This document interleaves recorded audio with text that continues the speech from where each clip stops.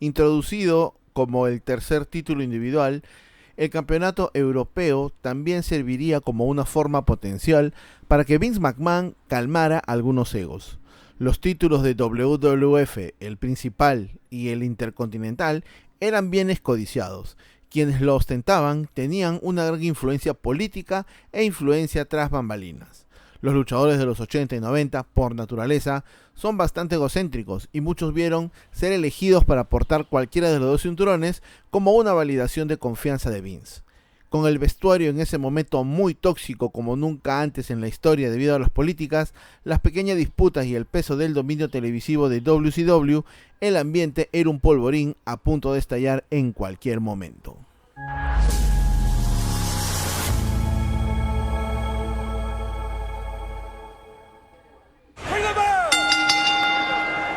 ¿Cómo están, amigos? Bienvenidos una vez más al canal de YouTube de Wrestling y Punto. El día de hoy, como cada jueves, un nuevo episodio del programa en donde repasamos, comentamos y recordamos un hecho, evento o semblanza relacionada a algún personaje de nuestro deporte espectáculo, sin importar las siglas ni los colores. Antes de comenzar, no se olviden de seguirnos en nuestras redes sociales, en Instagram y sobre todo en TikTok. Bueno, introducido en 1997, el campeonato europeo coronó a su primer campeón en la final de un torneo. En la final, apropiadamente justo en el corazón de Europa, en Berlín, Alemania, el Bulldog británico se impuso sobre Owen Hart. Sin embargo, el campeonato no hizo apariciones regulares en los Estados Unidos hasta después de que Shawn Michaels derrotara al Bulldog en Inglaterra en el evento One Night Only. Así que hoy en el programa vamos a conversar un poco sobre el campeonato europeo. Así que comencemos.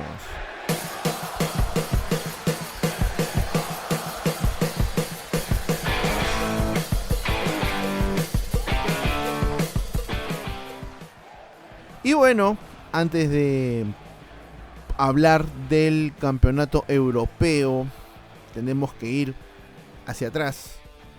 En 1997, un año crucial, importante para la Federación Mundial de Lucha, ya que era necesario implementar cambios en la programación televisiva. WCW dominaba los ratings con Nitro. WWF estaba perdiendo estrellas, todos se iban a la competencia y la empresa estaba en crisis financiera y una crisis creativa como nunca se vio. Este 1997 es un año donde Vince McMahon tiene que a fuerza dejar la era de los personajes de caricatura y empieza a endurecer el producto. Aunque la era Actitud oficialmente inicia, digamos, a finales de 1997, podemos ver en ese transcurso de tiempo antes de aquel anuncio que Stone Cold ya estaba camino a ser la superestrella que fue y que es hoy en día. Vimos el nacimiento de The Generation X y vimos cómo La Roca iba cambiando su personaje. WWF necesitaba más títulos, más historias para un roster que estaba creciendo en agresividad y también, por qué no decirlo, en complejidad. WWF estaba perdiendo terreno en los Estados Unidos, pero eso no era lo mismo en Europa. En Europa seguía siendo bastante fuerte. Por tal motivo, Vince McMahon pensó en la introducción de un nuevo cinturón de campeón, el campeonato europeo. También podríamos decir, para no faltar a la verdad, que la creación del campeonato europeo también fue una forma de consolidar a la fanaticada en esa parte del mundo, tener identidad regional coronando a un campeón legítimo y también obviamente generar héroes locales como lo fue el Bulldog británico. También la creación de este título Fue una manera de competir con WCW, ya que la empresa dirigida por Eric Bischoff tenía el campeonato mundial, tenía el campeonato de los Estados Unidos, el campeonato televisivo, el campeonato crucero. Así que WWF necesitaba ampliar su estructura de campeonatos para competir semana tras semana. Si nos vamos a los 80 y a los 90, solo habían 3 títulos destacados en la federación: el campeonato mundial, el título intercontinental y los campeonatos en parejas. Ocasionalmente se creaba un nuevo título, digamos para shows no televisados, quizás para hacer colaboraciones internacionales, como el olvidado cinturón canadiense de WWF, que existía para exhibir a Dino Bravo en los house shows que se hacían en Canadá, específicamente en Montreal. Otro ejemplo de esto es el cinturón del $1.000.000, que es el título personalizado que en algún momento fue propiedad de Teddy DiBiase y que defendía como si fuese pues un título oficial. Y los campeonatos en pareja intercontinentales de WWF, que surgieron como parte de esta alianza entre la Federación Mundial de Lucha y la empresa de UWF en Japón. Este tercer título individual también serviría como una forma potencial para que Vince McMahon calmara algunos egos. Los títulos mundiales, o en este caso el título mundial de WWF y el campeonato intercontinental, eran bienes bastante codiciados.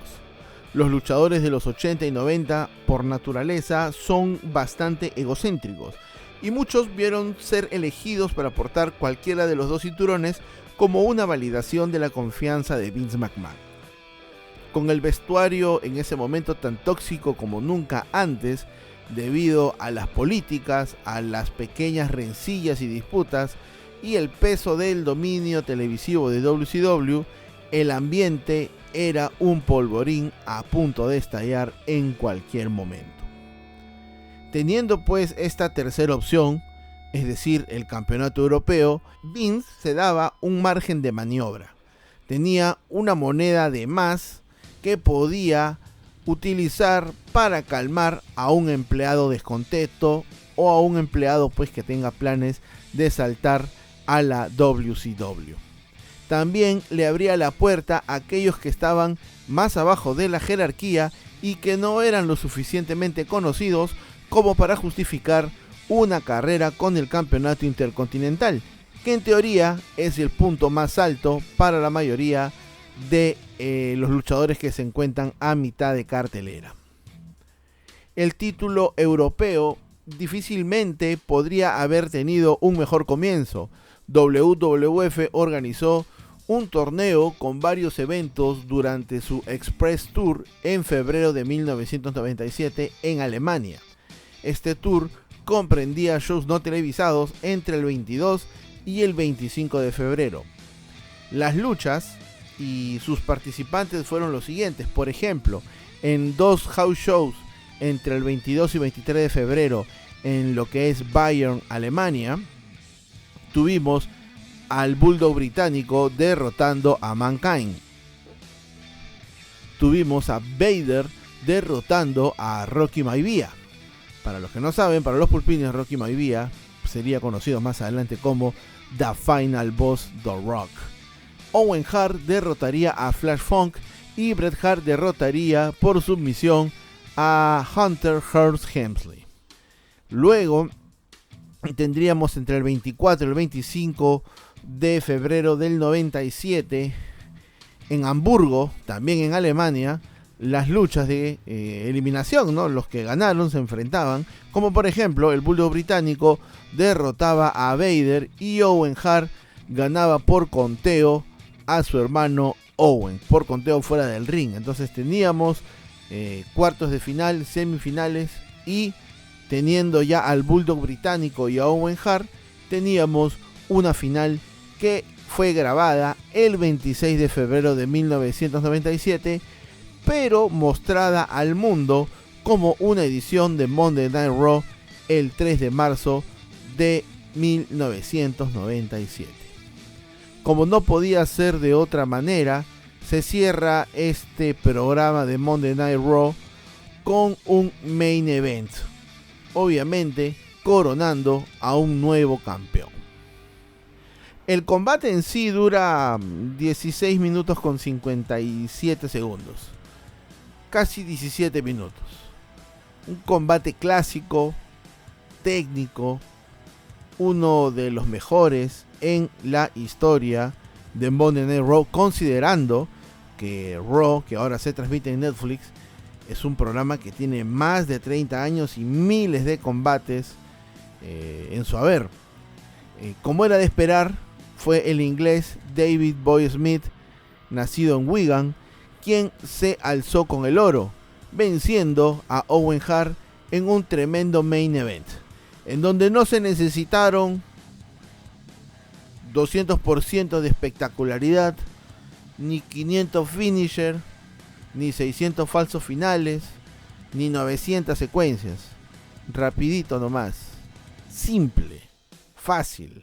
Un paquetito reverso que le hizo el Bulldog británico a Owen para que este se pueda coronar como el primer campeón europeo. WWF, como ya lo mencioné, quería consolidar el mercado británico y también el europeo, ya que el público en este lado del mundo, o en ese lado del mundo, perdón, porque estoy en Sudamérica, es bastante fiel en las giras, y eso lo pueden comprobar ustedes mismos. Pueden ver ahí cada vez que WWF se va de gira a Europa, cómo es la respuesta de la gente, cómo es el fan que apoya el producto. Ahora, ¿por qué se eligió al Bulldog británico por encima de Owen Hart? Técnicamente, luchísticamente hablando, carismáticamente también, si se podría decir, Owen está 2 peldañitos más arriba que el Bulldog británico. Hay que ser sinceros, hay que decir la verdad. Ambos ya no están con nosotros, ambos ya fallecieron, pero desde mi punto de vista, Owen está 2 puntitos por encima que el Bulldog británico, 2 peldañitos nada más. Pero el Bulldog británico terminó siendo el elegido porque, primero que nada, es un británico real. Fue probado ya como main eventer en esta edición de SummerSlam, que fue en el Wembley Stadium. Así que tenía probado ya estar en los eventos principales y tenía una conexión emocional fuerte con el público.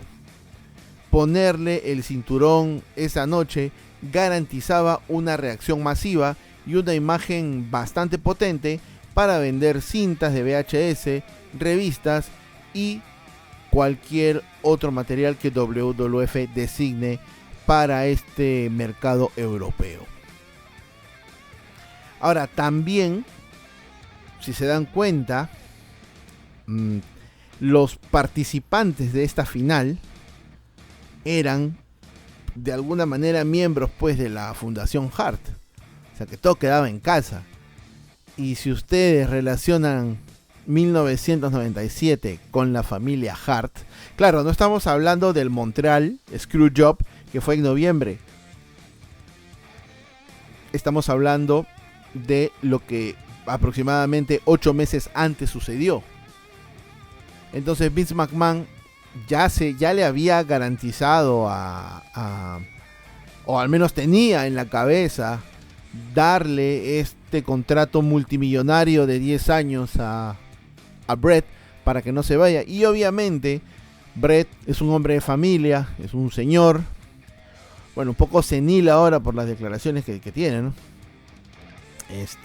Pero en aquel momento el hombre pues pensó en todos, ¿no? Pensó en la fundación, pensó en Owen, pensó en el Bulldog, pensó en el Yunque, en Pillman, en todos los que podían tener relevancia junto a él, a todos los miembros directos o indirectos de su familia. Entonces, qué mejor manera de demostrarle a Bret para que se quede que un campeonato europeo, un campeonato nuevo, esté en manos de la familia Hart.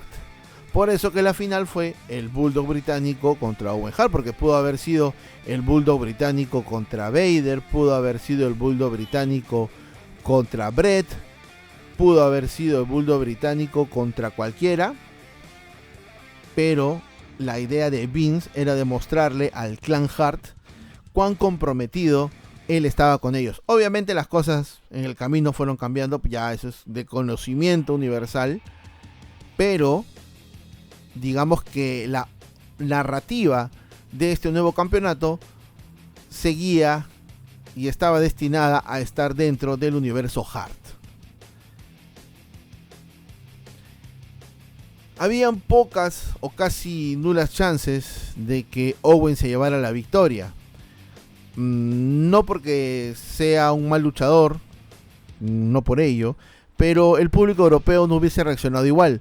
Además, el título se hubiese sabido más conocido que el título europeo lo termina ganando un canadiense, ¿no? O sea, no hubiese habido esta coherencia que siempre se exige, que le exige el fan, pues, ¿no? A la empresa.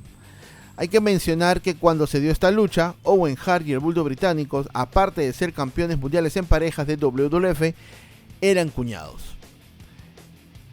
Uno de los aspectos más atractivos del campeonato europeo es que superestrellas que lograron el ascenso a los eventos principales han ostentado el cinturón. Por ejemplo, Shawn Michaels se convirtió en la primera superestrella de WWF en ostentar tanto el campeonato mundial de WWF como el campeonato europeo, lo que le otorgó aún mayor prestigio.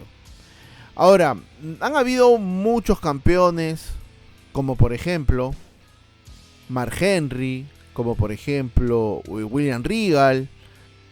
Hemos tenido 37 monarcas a lo largo de la historia del campeonato europeo, siendo pues el Bulldog británico el primero en ganarlo en Alemania. Luego fue Shawn Michaels en el evento One Night Only. Luego a Triple H prácticamente le regalaron el título en Monday Night Raw.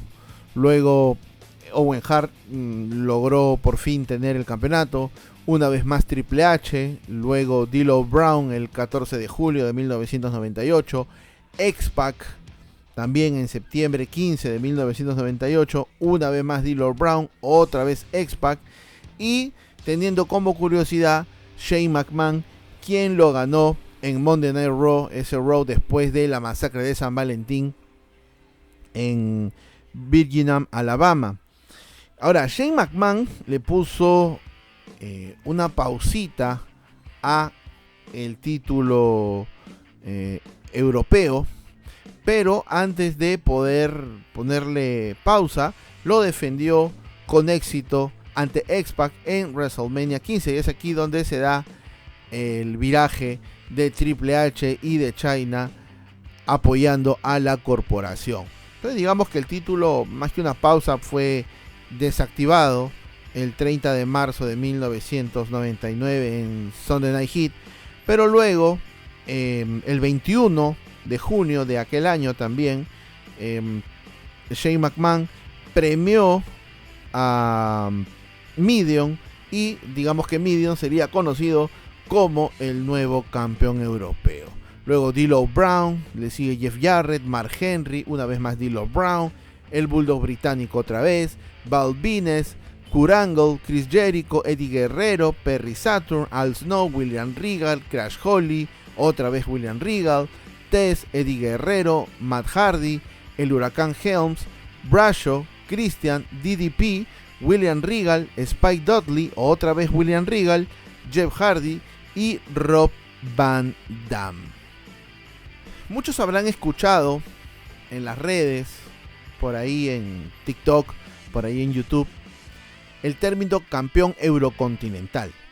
Es una combinación pues del campeonato intercontinental y del campeonato europeo, y este término se utiliza para describir a los luchadores que ostentaron ambos títulos. 3 luchadores lograron esta hazaña. El primero lo fue D'Lo Brown, quien derrotó a Mideon por el título europeo en Fury Loaded 1999, y 2 noches después en Monday Night Raw derrotó a Jeff Jarrett para ganar el campeonato intercontinental. Un mes después, En SummerSlam, Jeff Jarrett derrotó a D'Lo Brown para ganar el campeonato, para ganar ambos títulos, pero al día siguiente le regaló el campeonato a Mark Henry. Luego, en el 10 de febrero del 2000, en SmackDown, Kurt Angle derrotó a Val Venis por el campeonato europeo. 17 días después, en No Way Out, Kurt Angle derrotó a Chris Jericho para ganar el campeonato intercontinental y se convirtió en el tercer campeón eurocontinental. Kurt Angle mantuvo los títulos hasta WrestleMania 2000, donde se da esta tremenda triple amenaza, en donde se enfrentaban Chris Jericho y Chris Benoit en una lucha de 2 caídas con ambos títulos en juego. En una rareza, Angle perdió ambos campeonatos sin ser planchado ni obligado a tapear. Benoit derrotó a Chris Jericho en la primera caída por el campeonato intercontinental y Jericho derrotó a Benoit en la segunda caída para llevarse el campeonato europeo. En mayo del 2002, como ustedes recordarán, WWF cambió oficialmente de nombre a WWE y el título se renombró en consecuencia, pero el cinturón físico no se actualizó, es decir, llevaba las placas todavía con el logo de WWF. No fue hasta el inicio de la era de la Ruthless Aggression que WWE decidió eliminar el campeonato europeo de forma permanente. Inicialmente, uno de los cinturones de la marca Raw, que era el campeón Jeff Hardy, se enfrentaba al campeón intercontinental Rob Van Dam en una lucha de escalera, otra tremenda lucha en la historia de Monday Night Raw. Esto fue pues en julio del 2002. Ambos cinturones estaban en juego cuando Rob Van Dam se alzó con la victoria, unificando los títulos intercontinental y europeo. RBD se convirtió en la última superestrella en ostentar el campeonato europeo, ya que el cinturón se retiró tras unificarse con el campeonato intercontinental.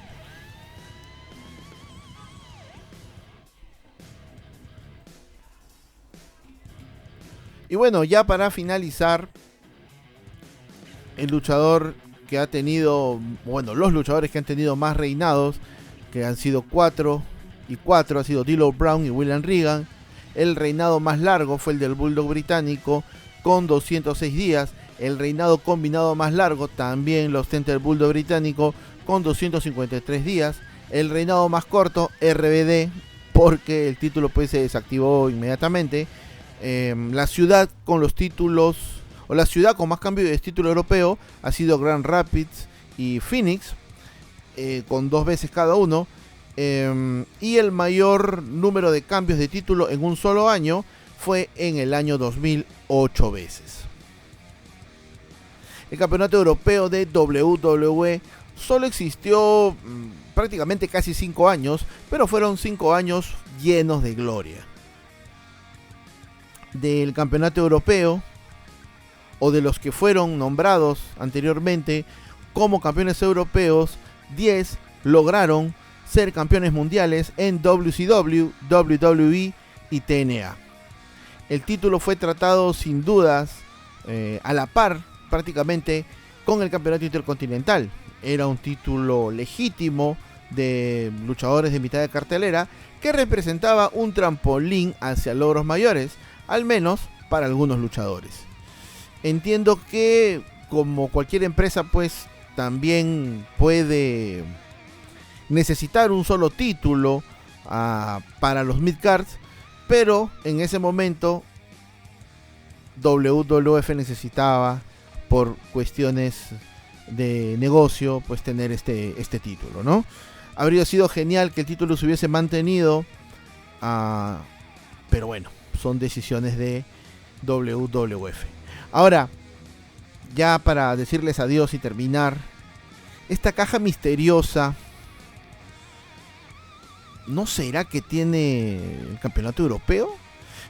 Esto es una teoría quizás un poco loca, pero durante los últimos años WWE ha hecho una fuerte incursión en Europa y ha comenzado a ofrecer no solamente giras, sino también Raw y SmackDown en vivo en las principales ciudades europeas. Además, ha incorporado a más prospectos europeos en los últimos años. quizás podría ser el momento perfecto para el regreso de este campeonato. En cuanto a las posibles opciones del contenido de la caja, que algunos dicen que puede ser Danhausen, que puede ser Jericho, y no sé qué otras cosas más, ¿por qué no podemos pensar que el título o que esta caja ha sido enviada desde Europa para que regrese de forma habitual a la programación de WWF? Bueno, puede ser una teoría loca, de repente le acierto, quién sabe, pero ese ha sido parte del legado de la historia del campeonato europeo. Así que agradeciendo a todas las personas que se quedaron hasta el último, no se olviden de seguir siempre en nuestras redes sociales, a unirse, a poder compartir el material y sobre todo que se viene este sábado, este fin de semana se viene Elimination Chamber.